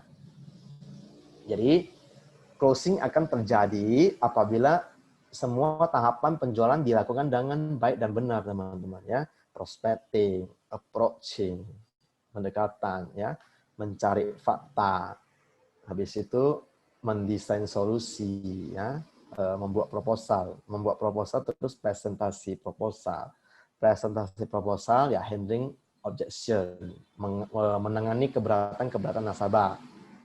Ya, itu yang pertama. Terus yang kedua, closing akan terjadi jika telah mendapatkan kepercayaan dari prospek. Ya, ada juga yang closing dia nggak mau lihat produk, tapi dia merasa percaya kepada Anda. Oke, jadi bukan semata-mata pada produk yang Anda tawarkan itu bagus atau tidak, tapi dia percaya sama Anda. Oke, closing akan terjadi jika fokus pada hal yang paling diminati prospek. Jadi misalnya prospek sudah mau kesehatan, jangan Anda mengarahkan lagi ke kritis, jangan Anda lagi mengarahkan ke asuransi jiwa, jangan Anda lagi mengarahkan ada program MG Plus, ya, karena Anda mau omset besar tiba-tiba fokus ke sana, jangan, ya. Fokus saja pada hal yang diminati prospek. Dan closing akan terjadi jika semua keberatan nasabah ini terjawab. Ya, kemarin saya ke tempat nasabah, ya, bukan ke tempat, maksudnya saya FOD agent ya, FOD agent, pas ketemu dengan, dia bandingkan dengan ini asuransi warna biru, ya, asuransi warna biru. Dia bilang premi dia murah, ini segala macam. Pas agentnya karena agentnya itu orang sendiri yang jaga toko dia. Dia panggil kemari, dia bilang, oh kita ini preminya sekian, kita dapat program ke seluruh dunia, kecuali Amerika gitu. Ya, kita otomatis kalau kita memahami produk, kita pasti bisa tahu, dengan premi yang murah seperti ini ya, kira-kira gini, dia preminya di bawah premi ANC Planner kita, teman-teman ya. Pasti Anda udah tahu ya, preminya berarti di bawah 1 juta. Tapi dia mengatakan produk ini bisa digunakan di seluruh dunia. Jadi teman-teman, kalau teman-teman yang memahami produk ANC kita, itu pasti Anda sudah berpikir itu tidak akan mungkin terjadi. Ya, jadi saya menggunakan teknik, ya ini teknik saya sendiri. Saya menggunakan teknik bertaruh kepada dia. Ya, karena saya sudah yakin agent ini asal ngomong. Jadi saya berani bertaruh kepada dia. Teman-teman boleh gunakan atau tidak, ini mungkin sedikit arogan. Jadi saya langsung ngomong ke agent biru ini, saya bilang, oke, jikalau premi Anda yang sekian, 700 atau 800 ribu, bisa digunakan di seluruh dunia. Oke, kalau benar-benar produk ini ada, saya kasih Anda 1 M, 1 miliar. Oke? Atau teman-teman bisa naikkan 10 miliar atau berapa ya, walaupun Anda tidak punya duit, kan gitu ya. Tapi Anda harus yakin dan percaya. Nah, jikalau Anda tidak benar, Anda segera mengundurkan diri dari sana, join kepada saya. Nah, ketawa lah ya, nasabah ketawa, agent dia pun dia udah agak syok nih, ya, antara benar atau tidak ya yang dia bilang ya.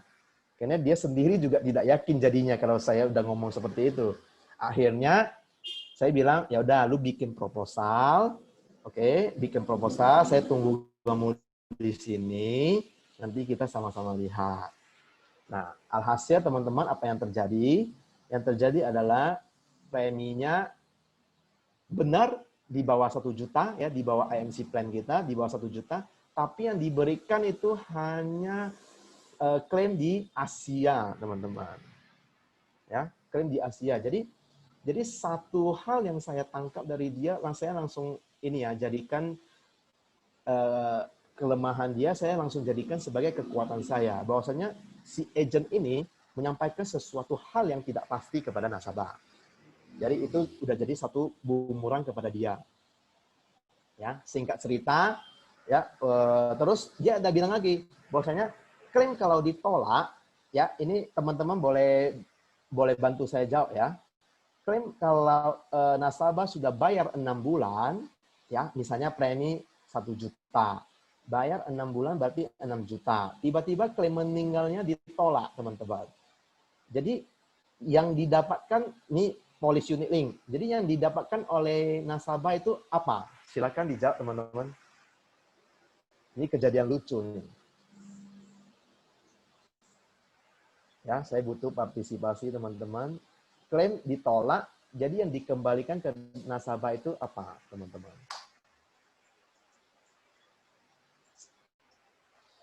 Atau ada yang mau buka suara juga boleh. Ini hal yang paling mendasar. Nilai investasi yang terbentuk pada saat itu. Ya, Fiti ya. Fiti, nilai investasi. Ya. Nah, Holland salah, premi. Bukan premi ya Holland ya. Nah, si agen biru ini, dia berani bilang, dia dulu agen merah, ya, dia pindah ke agen biru. Dia berani bilang bahwasanya di biru ini, saya baru ketemu satu perusahaan yang bisa kasih premi balik. Yuk, saya itu waktu itu pun terkejut. Jadi saya pakai teknik ini lagi, teknik bertaruh lagi sama dia. Yang kamu bilang kalau benar, oke, saya akan kasih semua nasabah-nasabah saya yang sakit kepada Anda. Saya langsung bilang gitu. Tapi saya maunya kamu menuliskan hitam di atas putih, bahwasanya akan balik premi, teman-teman. Wah, dia juga terkejut ya. Nasabahnya juga semuanya udah mendengar semuanya. Jadi inti ceritanya ya, nggak usah panjang lebar lagi. Inti ceritanya akhirnya kemarin saya bantu agent ini closing 8 polis. Ya, IMC ada, life plan ada, apalagi ya, IMC, life plan, MG, ya intinya 8 polis lah ya teman-teman. Nah, jadi kita harus bisa menangani penolakan nasabah. Oke, kita lanjut ya. Nah, jadi setelah kita handling objection, maka yang terjadi adalah ini, penjualan new business.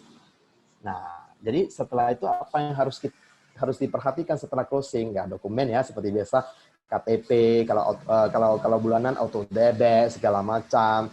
Jadi waktu itu, habis itu kita akan melewati proses underwriting ya, menyeleksi calon ini nasabah-nasabah Anda apakah layak diterima atau tidak. Jadi setelah layak diterima, terjadi pencetakan polis, jadi kita penyerahan polis, ya. Jadi penyerahan polis, terus nanti ada lagi pelayanan klaim apabila terjadi klaim.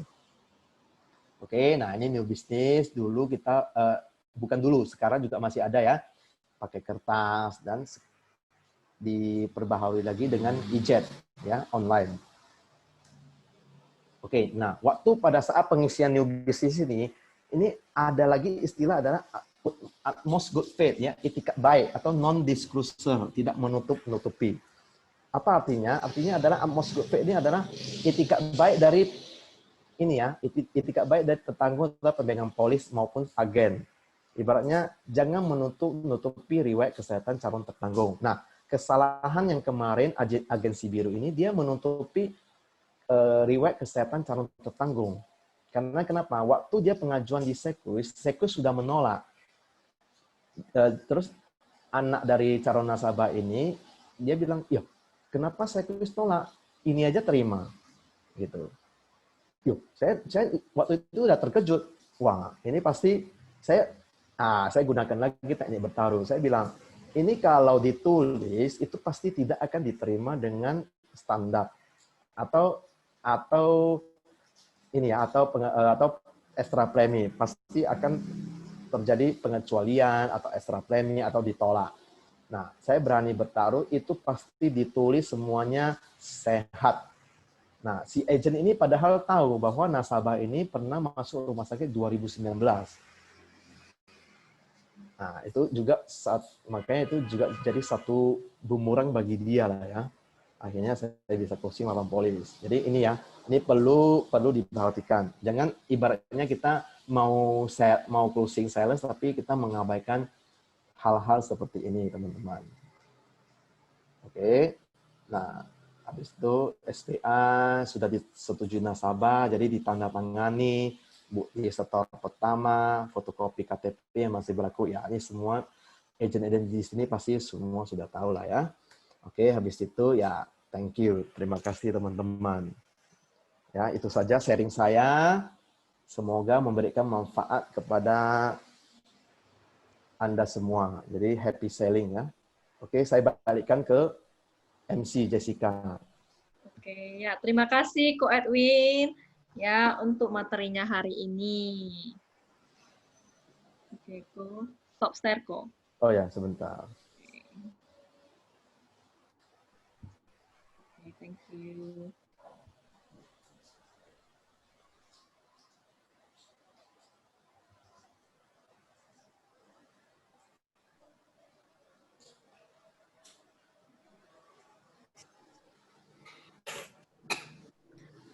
Oke, tadi kan kita udah belajar sales cycle dari Ko Edwin. Nah, selanjutnya kita mau belajar tips selling dari Ko Tony. Oke, kita panggilkan Ko Tony. Halo Ko Tony. Halo Jessica, selamat pagi buat Jessica juga teman-teman Mercy yang hadir di di Jimit ini. Ya, selamat pagi semuanya. Oke, semangat. Semangat ya. Oke, Semangat. Kita tadi udah dengar dari Bro Edwin ya untuk tips bahannya sangat bagus, 7 siklus penjualan sampai saya lihat, banyak yang hebat sekali dari Ko Edwin-nya untuk cara dia mengenai handling objection-nya ya.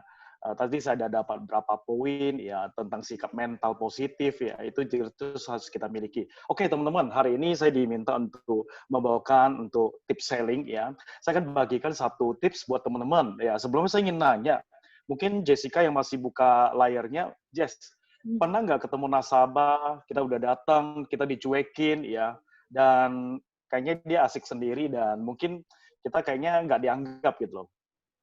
Pernah lah. Sempat nggak merasa demikian? Pernah. Pernah ya? Oke. Ya, itu berarti petanda Anda mempunyai satu pengalaman yang sangat menarik ya. Saya juga pernah mengalami hal yang sama ketika saya menjadi seorang agent waktu itu. Ya, saya suka canvassing, saya ke mall-mall, dan saat itu saya ke satu mall yang ada di daerah Bogor waktu itu. Ya, akhirnya saya coba datangin dan saya berhasil untuk closingin yang punya toko yaitu adiknya. Tapi kokonya itu saya berapa kali datang, saya nggak berhasil untuk closingin dia dan dia pun waktu saya presentasi itu Jess dan dia nggak maksudnya nggak tanggapi saya, dia asik main game COC waktu itu lagi musiknya COC. Jadi sekali saya ngomong duduk tempat dia langsung main COC.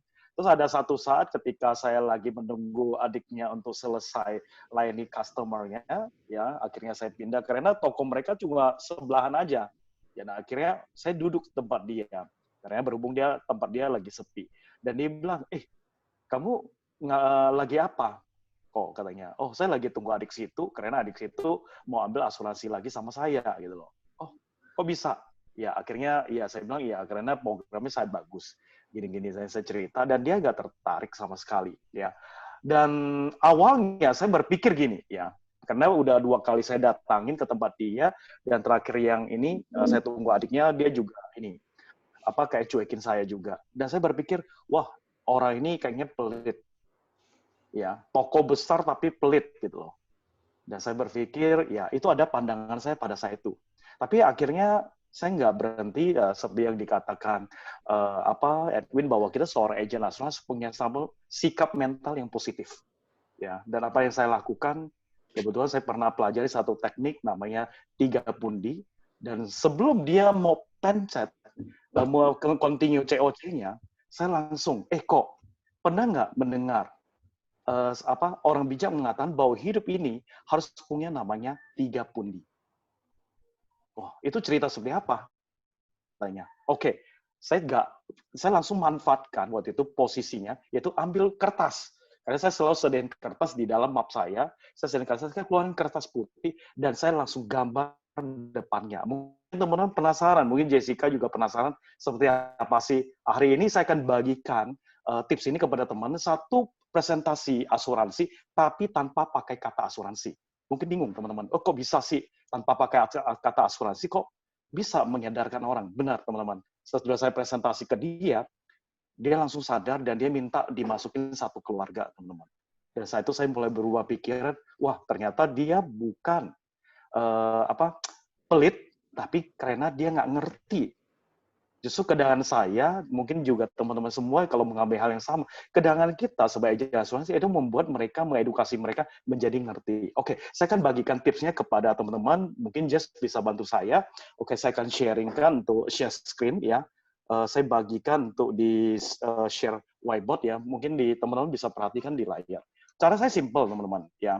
Ini cara saya simple, dan saya sering gunakan teknik ini untuk ketemu orang yang buka toko, yang dari jam 10 dia buka toko, pulangnya juga jam 10. Ya kira-kira mungkin kerjanya 8 sampai 12 jam. Ya. Jadi gini, Jess. Saya mau nanya, Jess. Kalau Jess, Ya kok. misalkan ya kamu udah kerja, dapat duit, atau usaha dapat duit, itu biasanya uangnya akan kamu apakan? Ditabung. Ditabung ya? Ya. Oke, setuju ditabung ya. Oke, saya akan gambarkan ya, ditabung. Ya, ini ada namanya 3 pundi. Oke, sebentar.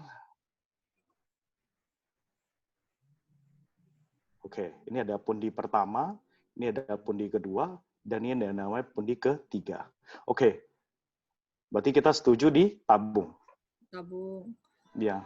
Bayar uang SPP. Oke, sesudah ditabung, Jess, misalkan ada lebih, mau nggak Jessica depositokan pas bunga deposito lagi tinggi nih, dan kemudian kamu ada duitnya nih lebih. Oke, kita setuju ya di depositokan. Oke, kalau misalnya ada lebih lagi, Jess, harga emas lagi turun nih dan bagus, mau nggak investasi emas? Mau lah kok. Mau ya. Oke. Kalau Ya, oke. kemarin beli, wah. Wah ya, oke. Terus udah investasi emas, ada lebih lagi. Kebetulan tetangga Jessica mau jual tanah, dan tanahnya sangat murah. Jessica mau nggak investasi tanah juga? Mau. Mau ya, oke. Investasi tanah, berhubung murah loh, tetangga jual murah, kenapa tidak kan gitu. Mungkin masih banyak lagi ya. Dan di sini saya tulis dan lain-lain ya. Oke, dan lain-lain ya, yang 5. Oke, ya. Ini namanya pundi pertama namanya pundi aset. Aset. Ya. Ini agak putus-putus, sorry. Iya. Iya. Aset. Ya, ini adalah pundi pertama. Oke. Jess, kalau saya boleh tahu, Jess, apa sih yang menjadi keinginan terbesar dalam hidupnya Jessica? Yang terbesar. Iya, keinginan terbesar. Beli rumah lah kok. Beli rumah, oke, punya rumah. Oke, terus apa lagi selain rumah? Mobil? Ya. Oke, mobil. Oke, apa lagi, Jess? Mau sekolahin anak ke luar negeri. Oke, berarti pendidikan anak terbaik ya? Ya. Anak terbaik, oke. Baik, oke. Terus apa lagi, Jess? Ya, mungkin jalan-jalan ke luar negeri. Liburan bawaan. Ya. Oke, bersama keluarga jalan-jalan ke luar negeri. Oke, ke luar negeri ya. Oke, saya singkat. Terus apa lagi, Jess? Mungkin masih ada lagi? Apa ya?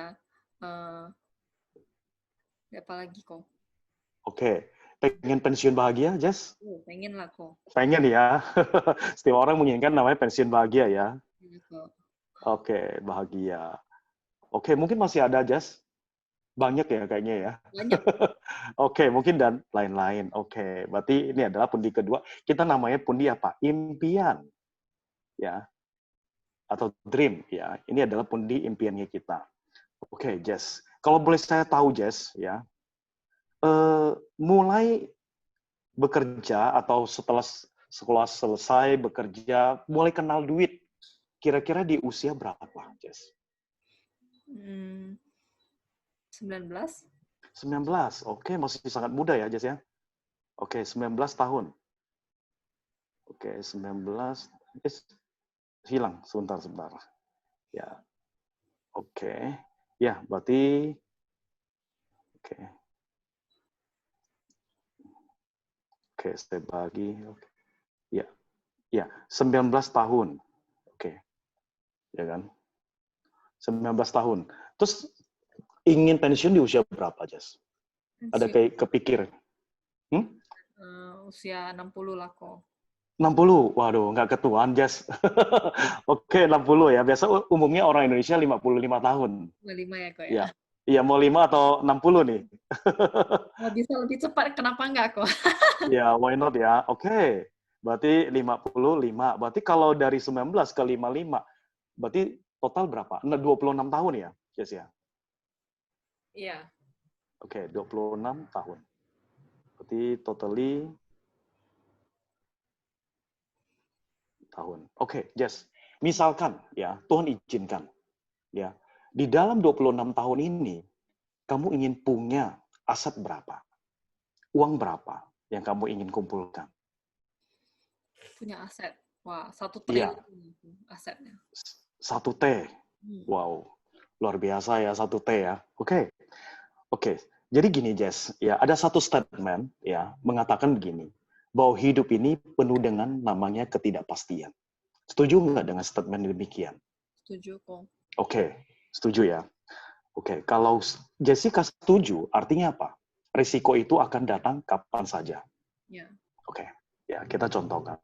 Misalkan Tuhan izinkan, di usia besoknya, kita usia 55, kita mau pensiun. Tuhan izinkan setengah dari aset yang kita kumpulkan harus direlakan karena ada satu resiko terjadi dalam hidup kita, yaitu diri kita sendiri. Rela nggak keluarkan setengahnya? Yaitu 500 miliarnya berarti. Benar ya? Iya. Nggak rela lah kok. Hasil Nggak keringat rela. hilang setengah kok. Dalam 26 tahun udah susah payah kumpulkan 1 triliun ya. Setengahnya silang. Nggak rela. Nggak rela, tapi mau nggak mau. Benar kan? Yes. Oke. Itu kalau Tuhan izinkan setengah. Bagaimana kalau misal Tuhan izinkan semuanya? Jadi resiko kita perlu namanya satu pengobatan yang sangat luar biasa sampai 1 triliun. Lebih nggak rela lagi. Ya, tapi apa boleh buat, benar kan, Jess? Mau nggak mau kita keluarkan. Tapi kalau misalkan kita bilang iya, apa yang terjadi? Berarti selama usaha kita 26 tahun, itu akan sia-sia. Ya artinya tadi yang menjadi aset pundi pertamanya Jessica, seperti yang tadi ada namanya tanah, ya, itu akan Jessica jual. Ya, terus ada apa lagi? Tadi ada emas, akan segera dijual juga, hilang. Terus apa lagi yang tadi? Ada namanya deposito, akan segera dicairkan. Ya. Dan apa lagi? Tabungannya Jessica akan diambil semua untuk risiko tersebut. Dan artinya apa? Pundi pertama, apa yang menjadi aset Jessica akan habis. Terus bagaimana dengan pundi keduanya, yaitu pundi impian? Yang tadinya ingin beli rumah, ya, rumahnya akan segera dijual. Ya, terus apa mobil? Hilang juga. Terus apa lagi tadi? Pendidikan anak terbaik hilang juga. Terus apa lagi tadi? Pengen pensiun. Keluar negeri sama keluarga nggak akan pernah terjadi. Dan yang tadinya terakhir itu adalah pensiun bahagia tidak akan pernah terjadi. Dan pundi yang kedua ini akan hilang juga. Terus gimana, Jess?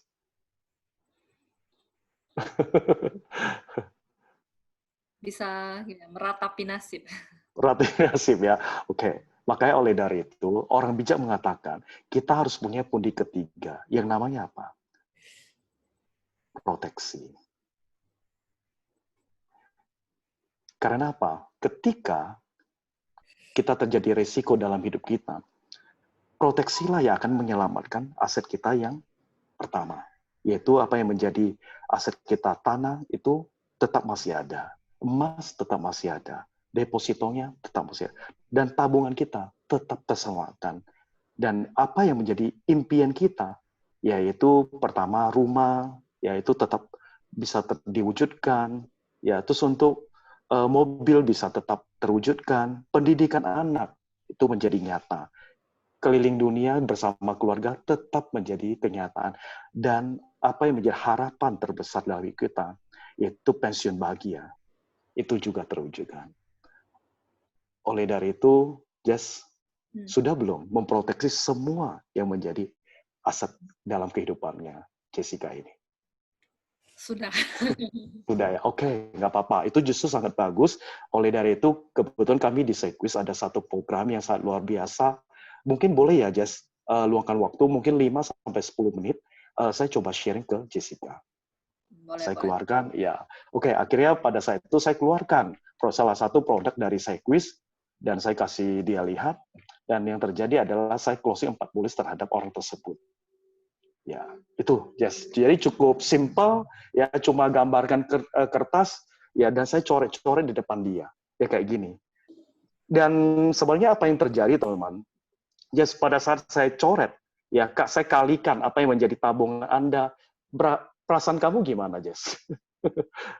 Seperti tersobek-sobek ya, benar ya? Ya, betul. Jadi habis saya coret di depan dia, saya kasihkan kertas ini, mukanya langsung berubah pada saat itu. Langsung berubah, jadi boleh dikatakan ya, akhirnya COC-nya dia nggak jadi lanjutkan lagi, ya. Dan pada saat itu, dia langsung dengarkan saya untuk presentasi 5-10 menit, akhirnya kita ngobrol-ngobrol setengah jam juga. Closing 4 polis. Ya, itu mungkin salah satu tips sharing dari saya, ini teman-teman boleh pelajari, ya. Terutama kita dalam menceritakan kepada orang-orang yang kita ingin prospek. Mungkin mereka bukan karena pelit, tapi karena mereka belum mengerti apa yang kita ingin sharingkan ke mereka, jual ke mereka gitu loh. Yang pasti kita bukakan apa yang menjadi mindset-nya mereka dulu. Setelah kita bisa buka mindset-nya, artinya produk itu akan menjadi step berikutnya kepada mereka. Saya rasa itu aja, Jess, buat tips selling dari saya, buat teman-teman hari ini. Semoga tips selling bisa memberkati penjualannya teman-teman. Oke, semangat pagi. Semangat. Oke, Terima kasih, Kak Tony. Tips Oke, selling. thank you, Jessica. Ya. Nanti kita praktekkan langsung ya, teman-teman. Biar langsung Yes. closing kayak Kak Tony. Ya. Oke.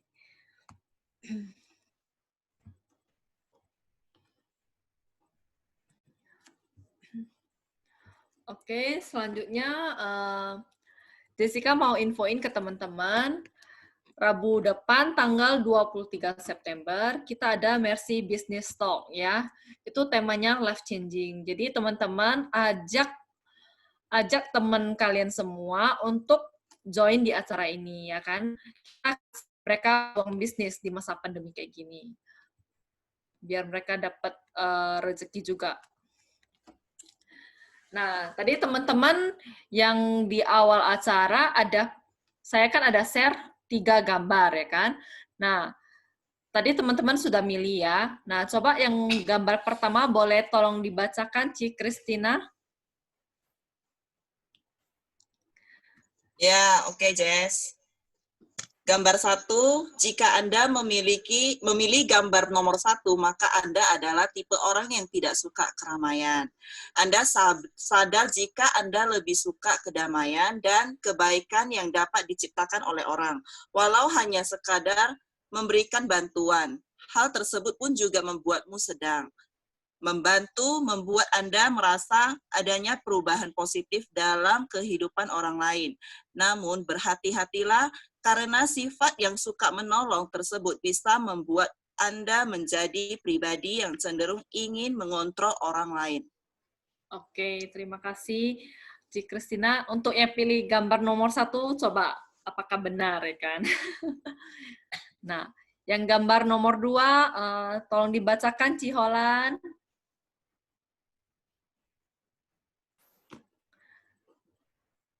Ci Holan. Aku aja. Oke, ya, Cilinawati boleh. Anda merupakan orang yang baik hati dan memiliki hubungan stabil dan saling percaya. Anda juga ingin hubungan tersebut bertahan seumur hidup. Bagi Anda, pernikahan dan keluarga adalah hal penting dan menjadi prioritas utama. Selain itu, Anda juga menikmati waktu ketika bisa merawat orang lain. Anda pun tak segan untuk terus bertahan agar bisa menciptakan lingkungan yang bahagia bagi orang-orang dalam hidupmu. Oke, terima kasih Cilinawati. Sama-sama, Jess. Nah, ini yang gambar ketiga saya bacakan ya. Nah, gambar ketiga. Anda merupakan orang yang memiliki sifat peduli. Bukan hanya itu, Anda juga memiliki kebahagiaan tersendiri dalam diri Anda. Anda pun orang yang setia dan bisa diandalkan jika teman membutuhkan. Anda juga senang membantu orang lain karena hal tersebut membuat Anda bahagia. Namun, kebaikanmu ini terkadang dimanfaatkan oleh orang lain untuk kepentingan mereka. Padahal bagi Anda, dimanfaatkan adalah hal yang paling menyakitkan. Oke, nah itu dari ketiga gambar tersebut. Ya, ini hanya sebuah apa ya namanya? Sebuah kayak ilustrasi pikiran gitulah ya. Oke, nah selanjutnya ini kita ada akun Mesos Mercy, di follow ya teman-teman. Ini ada Instagramnya Sequis Mercy, Twitter, Facebook, dan di YouTube juga ada Sequis Mercy Agency. Oke, nah selesai sudah acara Jimit kita hari ini. Happy selling in this pandemic, focus on productive activities. Nothing is impossible. Oke, semangat, semangat, semangat. Terima kasih.